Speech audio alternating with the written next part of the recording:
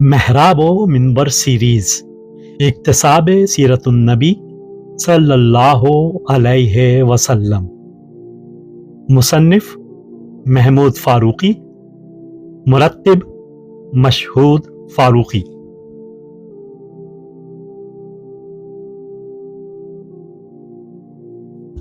آٹھواں حصہ ہجرت و غزوات اور قیام ریاست اسلامی، مصنف محمود فاروقی، مرتب مشہود فاروقی۔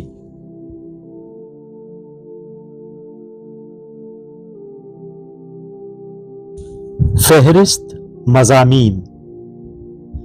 پہلا باب، یہ وہ لوگ ہیں۔ دوسرا باب، فی سبیل اللہ۔ تیسرا باب، نیکوکاروں کا شہر۔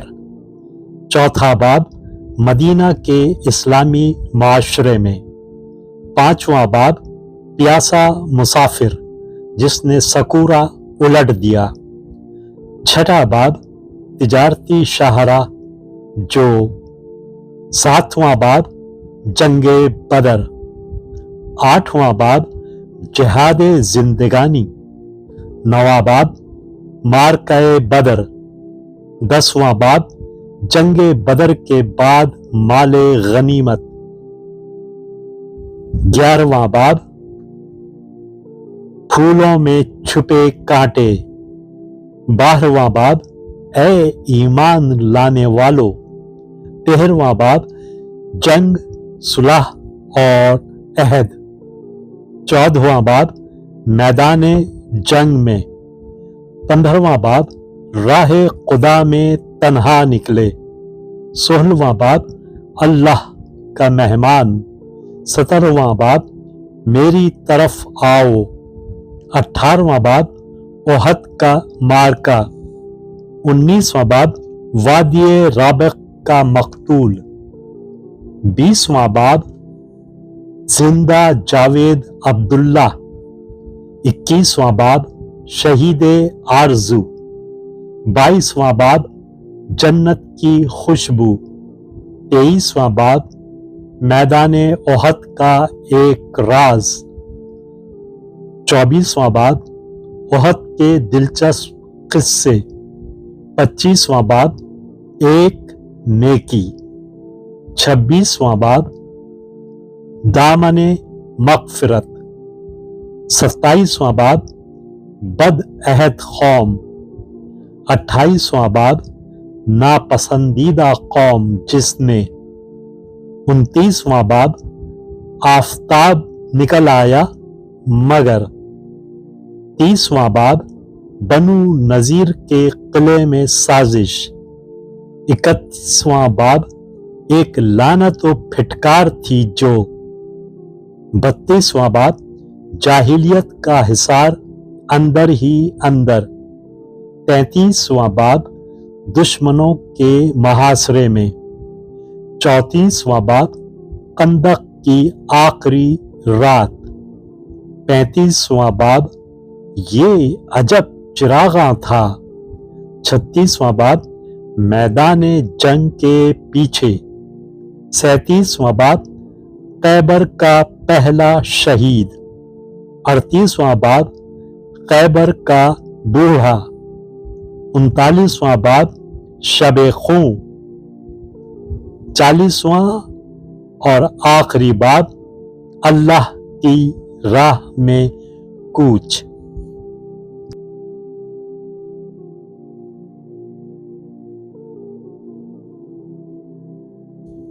پہلا باب، یہ وہ لوگ ہیں جو اپنے گھروں سے ناحق نکال دیے، اس قصور پر کہ وہ کہتے تھے اللہ ہمارا رب ہے۔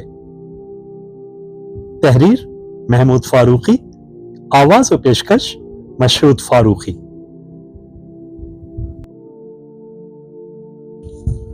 حق پسندوں نے باطل پرستوں کے خلاف ہمیشہ بغاوت کی اور ان کے پھیلائے جھوٹ اور فریب کو ختم کرنے کے لیے اپنی تمام تر قوتوں کو صرف کر دیا اور آخری سانس تک چین سے نہیں بیٹھے۔ اس راہ میں ان کو ہر طرح کی مصیبتوں اور آزمائشوں سے گزرنا پڑا۔ ان کا مال و متاع چھین لیا گیا، آبادیوں میں ان کا چلنا پھرنا دشوار ہو گیا، ان کو اپنے گھروں سے نکلنا پڑا اور جلا وطنی کے مصائب برداشت کرنے پڑے۔ چنانچہ مکہ میں جب حق و باطل کی کشمکش اپنے عروج پر پہنچ گئی اور نبی کریم صلی اللہ علیہ وسلم کے رفقائے کار مجبور ہو گئے کہ اپنے آبائی وطن کو چھوڑ کر ہجرت کر جائیں تو ان پر ہر طرح کے ستم توڑے گئے۔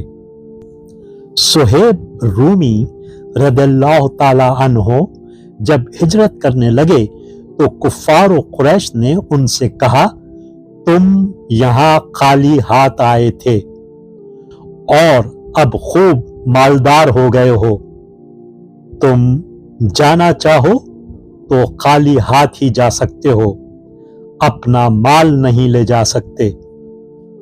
صہیب رضی اللہ تعالی عنہ نے جو کچھ مکہ میں کمایا تھا، سرداران قریش کا ان کی کمائی میں کوئی حصہ نہ تھا، نہ ان پر کوئی احسان۔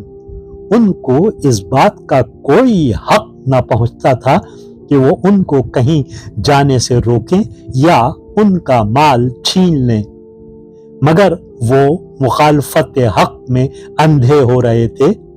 آخر وہ غریب دامن جھاڑ کر اٹھ کھڑے ہوئے اور سب کچھ ظالموں کے حوالے کر کے اس حال میں مدینے پہنچے کہ تن کے کپڑوں کے سوا ان کے پاس کچھ نہ تھا۔ مسلمہ رضی اللہ تعالی عنہا اور ان کے شوہر ابو سلمہ رضی اللہ تعالی عنہ اپنے دودھ پیتے بچے کو لے کر نکلے۔ سلمہ کے خاندان بنی مغیرہ کے لوگوں نے ان کو راستے میں روک لیا اور ابو سلمہ رضی اللہ تعالی عنہ سے کہا کہ تمہارا جہاں جی چاہے پھرتے رہو، مگر ہماری لڑکی کو لے کر نہیں جا سکتے۔ مجبوراً بیچارے بیوی کو چھوڑ کر چلے گئے۔ ان کے جانے کے بعد بیچاری سلمہ رضی اللہ تعالی عنہ پر یہ افتاد پڑی کہ ان کی سسرال بنی عبد الاسد کے لوگ آئے اور انہوں نے کہا کہ بچہ ہمارے قبیلے کا ہے، اسے ہمارے حوالے کر دو۔ اس طرح بچہ بھی چھین لیا گیا اور ان کی گود خالی ہو گئی۔ سلمہ رضی اللہ تعالی عنہا 1 سال تک شوہر کے فراق اور بچے کی جدائی کے غم میں تڑپتی رہیں اور آخر بڑی مصیبت سے اپنے بچے کو حاصل کر کے مکہ سے اس حال میں نکلی کہ اکیلی عورت گود میں بچہ لیے اونٹ پر سوار تھی اور ان راستوں پر جا رہی تھی جن سے مسلح قافلے بھی گزرتے ہوئے ڈرتے تھے، مگر سچائی کی ایک لگن تھی جو دل سے لگی ہوئی تھی اور راستے کے کانٹے بھی پھول بن گئے تھے۔ عباس رضی اللہ تعالی عنہ بن ربیعہ ابو جہل کے ماجائے بھائی تھے۔ وہ حضرت عمر رضی اللہ تعالی عنہ کے ساتھ ہجرت کر کے مدینہ کی طرف چلے۔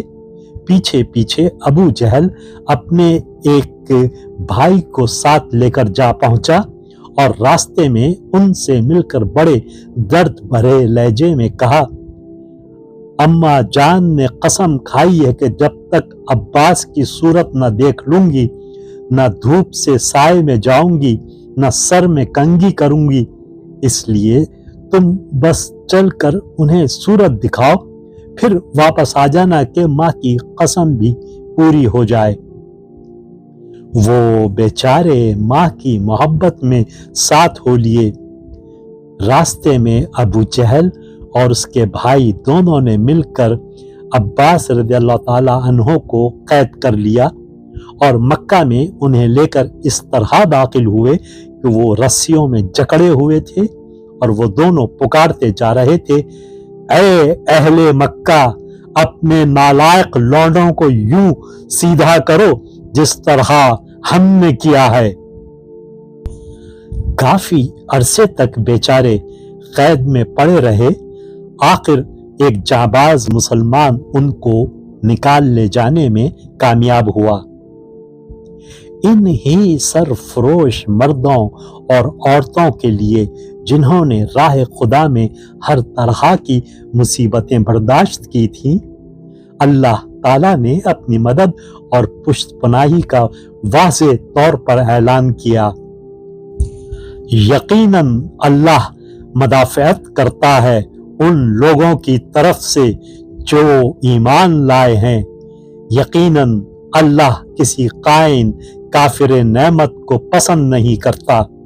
اجازت دے دی گئی کہ ان لوگوں کو جن کے خلاف جنگ کی جا رہی ہے، کیونکہ وہ مظلوم ہیں، اور اللہ یقیناً ان کی مدد پر قادر ہے۔ یہ وہ لوگ ہیں جو اپنے گھروں سے نکال دیے گئے۔ اگر اللہ لوگوں کو ایک دوسرے کے ذریعے دفع نہ کرتا رہے تو خانقاہیں اور گرجا اور معبد اور مسجدیں جن میں اللہ کا نام کثرت سے لیا جاتا ہے سب مسمار کر ڈالی جائیں۔ اللہ ضرور ان لوگوں کی مدد کرے گا جو اس کی مدد کریں گے، اور اللہ بڑا طاقتور اور زبردست ہے۔ ان کے لیے اللہ نے فرمایا، یہ وہ لوگ ہیں جنہیں اگر ہم زمین میں اقتدار بخشیں تو وہ نماز قائم کریں گے، زکوٰۃ دیں گے، معروف کاموں کا حکم دیں گے اور منکر سے منع کریں گے، اور تمام معاملات کا انجام کار اللہ کے ہاتھ میں ہے۔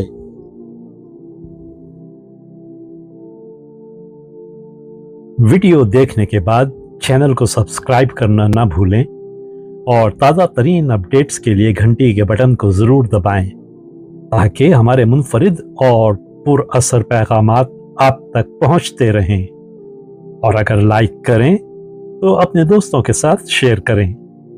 شکریہ۔